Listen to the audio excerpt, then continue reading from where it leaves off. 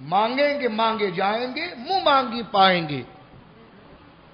سرکار میں نہ لا ہے نہ حاجت اگر کی ہے۔ اور ایک جگہ پر وہ لوگ جو قرآن و سنت کے معنی کو بدلتے ہیں اور انہیں ہر جگہ پر حضور کی عزت، حضور کی تعظیم، حضور کی تکریم اور حضور کا انداز جو ہے جو عاشق پیش کرتا ہے وہ ان کو شرک نظر آتا ہے، لیکن حال یہ ہے کہ وہ صحابہ کے عاشق ہونے کا دعویٰ بھی کرتے ہیں۔ لیکن صحابہ کے عاشق ہونے کا دعویٰ، ہمارے ٹی وی پروگرام ہوتے رہتے ہیں، وہ جتنے چیمپئن ہمیں پتہ چلتا ہے، الحمدللہ یہ تو علماء اہل سنت ہیں جو موضوع کا حق ادا کرتے ہیں اور دیانت و امانت کے ساتھ اس کو پیش کرتے ہیں، چاہے تحریر ہو یا تقریر ہو۔ یہ جو اتنے صحابہ کے نام پر اس صفحہ صحابہ والے پھرتے ہیں، ان کو کہو کسی ایک صحابی پر یا عزت صحابہ پر رک کر تقریر کرو، لیکن شیعوں کا رد نہ کرنا، ان کو کافر نہ کہنا، صرف موضوع پر بات کرو، یہ نہیں بات کر سکتے۔ ان کا موضوع یہ ہے کہ صحابہ کا نام لو اور گالیاں شروع کر دو، توحید کا نام لو اور شرک کے فتوے شروع کر دو، سمجھ لیں؟ اس لیے اگر صحابہ ہی پر رہ کر یہ گفتگو کریں تو پھر ان کی عظمت کو قبول کرنا پڑے گا، ان کے عقیدے کو قبول کرنا پڑے گا، ان کے لب و لہجے کو لینا پڑے گا۔ یہ اس سے راہ فرار اختیار کرتے ہیں، صحابہ کا نام لے کر یہ کافر وہ کافر اس طرف روانہ ہو جاتے ہیں۔ حالانکہ موضوع یہ ہے کہ اگر بات کرنی ہے صحابہ کرام پر تو انہی کی ذات پر رہ کر ان کے بات کریں کہ ان کے کردار کی خوبی کیا تھی، ان کے ظاہر کی خوبی کیا تھی، ان کے نظریات کیا تھے، ان کے عقائد کیا تھے، نظریات میں وہ ہمارے پیشوا کیسے ہیں، عقائد میں وہ ہمارے مقتدا کیسے ہیں، اخلاق و کردار میں ہمارے مقتدا کیسے ہیں، یہ ان کی زندگی کا شعبہ ہے۔ اور بحمداللہ تعالی ہمارے علماء پیش کرتے ہیں، اور تحدیث نعمت کے لیے ہمیں بھی یہ شرف حاصل ہوا جو الحمدللہ 12-15 سال سے ہم اسی مسجد کے اندر ہر موضوع کو الحمدللہ نبھاتے ہیں اور بزرگوں کے حوال کو پیش کرتے ہیں جو تمام چیزیں موجود ہیں۔ یہ اس لیے کہ اگر وہ ہمارے مقتدا ہیں، ہمارے امام ہیں، تو ان کی زندگی کے ظاہری جتنے شعبے ہیں اور باطنی جتنے شعبے ہیں وہ ہمارے لیے تعلیم ہے، وہ ہمارے لیے نجات کا ذریعہ ہے۔ تو ہم کسی پر کفر کے فتوے دینے کی بجائے اپنی اصلاح کے لیے پہلے ان کی ذات مبارکہ جو حق کا آئینہ ہے، پہلے ہم اس کے مطابق ہو تو جائیں، وہ نظریہ و فکر ہمارے پاس آ تو جائے۔ تو حضرات گرامی، یہ وہ شخصیات ہیں، امام احمد رضا ہوں یا اکابر شاہ عبدالحق محدث دہلوی ہوں، شاہ عبدالعزیز محدث دہلوی ہوں، یہ وہ شخصیات ہیں جو ان اکابر اور ان اسلاف کی عقائد و نظریات کا کامل پرتو اور مظہر ہے۔ امام احمد رضا نے ان لوگوں کو باعتبار اصلاح کے اس بات کو ذکر کیا کہ جو قرآن و سنت پڑھتے ہیں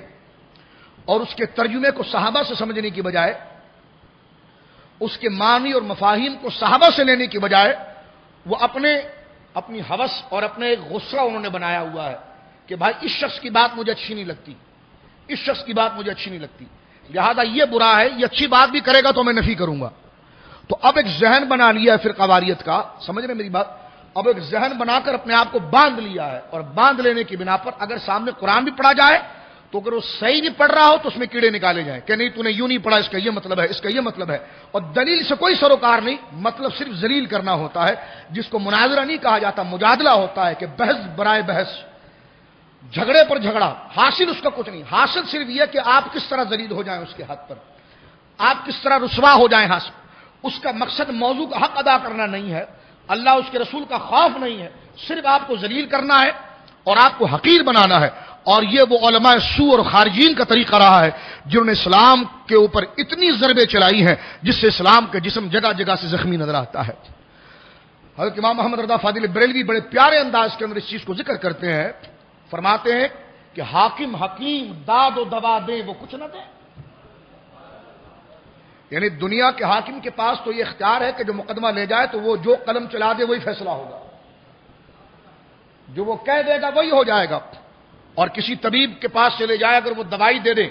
اس سے شفا ملنے کی امید کر کے بھی مولوی صاحب جاتے ہیں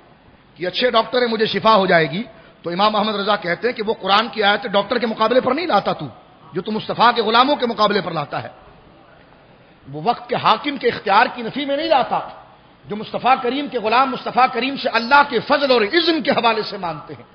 اور حضور کے تمام اختیارات، حضور کے تمام کمالات کو معزون من اللہ مانتے ہیں، اللہ کی طرف سے مانتے ہیں، اللہ کی عطا سے مانتے ہیں، اور وہ تجھے شرک لگتا ہے، لیکن یہ طبیب کے ساتھ جو ڈائریکٹ تیرا رابطہ ہے کہ ڈاکٹر صاحب آپ نے دوائی دی اور میں صحت یاب ہو گیا، آپ کے ہاتھ میں بڑی شفا ہے، آپ کے ذریعے مجھے شفا مل گئی، یہ شرک نہیں نظر آتا؟ وہ آیت یہاں چسپاں نہیں کرتے؟ تو امام احمد رضا نے غیرت دلانے کے لیے ایک بڑا پیارا جملہ دیا کہ حاکم حکیم داد و دبا دیں وہ کچھ نہ دیں؟ حاکم حکیم داد و دبا دیں وہ کچھ نہ دیں، مردود، یہ مراد کس آیت خبر کی ہے؟ خبر سے مراد حدیث، ٹھیک ہے، آیت سے مراد قرآن. تو فرمائیے کس آیت کا ترجمہ ہے کہ جس سے ڈاکٹر کے لیے تو توحید ہو جائے، مصطفیٰ کے لیے شرک ہو جائے؟ حاکم اور حاکم کے لیے وہ اختیارات توحید بن جائیں اور ذات مصطفیٰ کے لیے شرک ہو جائے؟ تو فرمایا حاکم حکیم داد و دبا دیں وہ کچھ نہ دیں، مردود، یہ مراد کس آیت خبر کی ہے؟ تو یہ وہ ایک موضوع کا انتخاب ہے جس کو سادے انداز میں یوں بھی ذکر کیا گیا، جس کو میسیجز پر بہت زیادہ پھیلایا جاتا تھا، تو میں نے اسی کو ٹائٹل بنا کر بچوں کو کہا کہ اس کو آپ لگا دیں کہ بھر دے جولی میری یا محمد. یہ ان تمام نظریات کا ایک اور سلیس ترجمہ ہے، ایک اور آسان ان آیات کا ترجمہ ہے. تو اس کی شرعی حیثیت کیا ہے، اس حوالے سے ایک نشست رکھی گئی ہے. دعا کیجیے اللہ رب العالمین ہمیں اپنا کامل خوف عطا فرمائے، ہمیں قرآن و سنت کی کامل اتباع نصیب فرمائے، اور جو قرآن و سنت کی صحیح نظریات ہے اور اسلاف و اکابر کے جو اصل فکر ہے اور جو ان کی تعلیم ہے، اللہ رب العالمین ہمیں اس پر عمل کی توفیق مرحمت فرمائے. میرے دوستو، موضوع کی امانت کا طریقہ یہ ہوتا ہے گفتگو کی، آپ نیٹ پر چلے جائیے، میں آپ کو عام دعوت دیتا ہوں. ہم صبح شام یوٹیوب پر ان کی تقریریں سنتے رہتے ہیں کہ یہ کیا کہتے ہیں، لیکن اس کو خیانت کہا جاتا ہے کہ جب عقیدہ اور موضوع نہ دیا جائے اور کسی پر تبرہ شروع کر دیا جائے. سمجھ رہے میری بات آپ؟ اس میں ایک بات میں سرے دس آپ کو صرف بتا رہا ہوں. سپہ صحابہ ایک بڑی کالعدم تنظیم ہے، اس کے ایک بانی گزرے ہیں علی شیر حیدری، ان کی تقریریں میں نیٹ پر دیکھ رہا تھا. وہ کوئی بھی ہو، مجھے ان سے کوئی تعلق نہیں ہے، لیکن ایک دیانت کا تقاضا بتا رہا ہوں. بڑے مجمع میں وہ تقریر کرتے ہوئے یہ کہتے ہیں کہ جو لوگ نبی کو حاضر ناظر مانتے ہیں وہ ہجرت کے منکر ہیں، اس لیے کہ حضور نے تو مکے سے ہجرت کر کے مدینے گئے ہیں. تو اگر حاضر ناظر حضور پہلے سے ہر جگہ موجود تھے تو ہجرت کی کیا ضرورت؟ یہ ایک ذمہ دار عالم گفتگو کر رہا ہے ان کا. پھر کہتے ہیں کہ وہ لوگ جو نبی کو حاضر ناظر مانتے ہیں وہ گستاخ ہیں، اس لیے کہ وہ ہجرت کا انکار کرتے. ایک بات. پھر وہ کہتے ہیں جو حضور کے لیے علم غیب مانتے ہیں وہ گستاخ ہیں، وہ وحی کا انکار کرتے ہیں، اس لیے کہ اگر نبی کو علم غیب تھا تو وحی پھر کیوں اتری؟ یہ کتنا بڑا جھوٹ اور الزام ہے اہل سنت کے اوپر. ہماری کتابیں مارکیٹ میں موجود ہیں، ہمارے علماء کی تقاریر موجود ہیں. کسی پر گفتگو کرنے سے پہلے اس چیز کو پڑھا جاتا ہے، اس کو مطالعہ کیا جاتا ہے، اس کے تمام تقاضے دیانت کے ساتھ ادا کیے جاتے ہیں. پھر اپنے منصب اور اپنی سفید داڑھی اور اپنے مقام اور مرتبے کے اعتبار سے تھوڑی حیا کھائی جاتی ہے کہ میں آج تو زمانہ اتنا ترقی کر گیا ہے کہ اگر میں کسی پر جھوٹ بولوں تو فوراً وہ حیا ہو جائے گا. اور وہ جھوٹ اگر ایک عالم بن کر بندہ بولے ہے اور دین اور ہدایت کی کرسی پر بیٹھ کر بولے، چہرے پر سفید داڑھی اور وہ جھوٹ بولے، تو اس کے بارے میں پھر افسوس نہیں کیا جا سکتا. اور کیا کیا جا سکتا ہے؟ اس نوجوان نسل پر گویا کہ ان کے ساتھ اظہار افسوس نہ ہو تو کیا ہو کہ جب مقتداؤں کی منصب پر بیٹھے ہوئے لوگ کذاب ہوں اور آپس میں لڑانے کے لیے غلط باتیں بیان کریں، تو وہاں پر اللہ رب العالمین اس قوم کے ایمان کی حفاظت فرمائے کہ جہاں پر جو مراکز تھے ہدایت کے وہاں پر ایسے لوگ آ کر بیٹھ گئے. ہجرت کا مطلب حاضر ناظر کا یہ مطلب تو نہیں تھا کہ حضور علیہ الصلوۃ والسلام ہر جگہ جسم کے ساتھ موجود ہیں. ہم تو اس کی وضاحت ہماری کتابوں میں موجود ہے کہ حاضر ناظر سے مراد تو ہمارے علماء نے یہی ذکر کی جو صحابہ کا نظریہ ہے کہ حضور علیہ الصلوۃ والسلام اپنی قبر انور کے اندر زندہ ہیں اور اپنے نور نبوت سے اپنے امت کے اعمال کو ملاحظہ فرما رہے ہیں. اور یہ جو معلوم علم جو ہے اپنی امت کے اعمال کا، علم ہی کو حضور کہتے ہیں. حضور اور علم ایک معنی میں، حاضر اور عالم ایک معنی میں ہے. تو یہ جو کہا جاتا ہے نا حضور حاضر و ناظر ہے باعتبار علم کے کہ اللہ رب العالمین نے آپ کو نبوت کی وہ وسعت عطا فرمائی ہے کہ آپ نے ایک ایک امتی کے اس کے معاملات، اس کے دل کے عزائم، اس کے فکر کو جانتے ہیں، اس لیے کہ قیامت کے دن اپنے ان غلاموں کی گواہی اللہ کی بارگاہ میں دیں گے.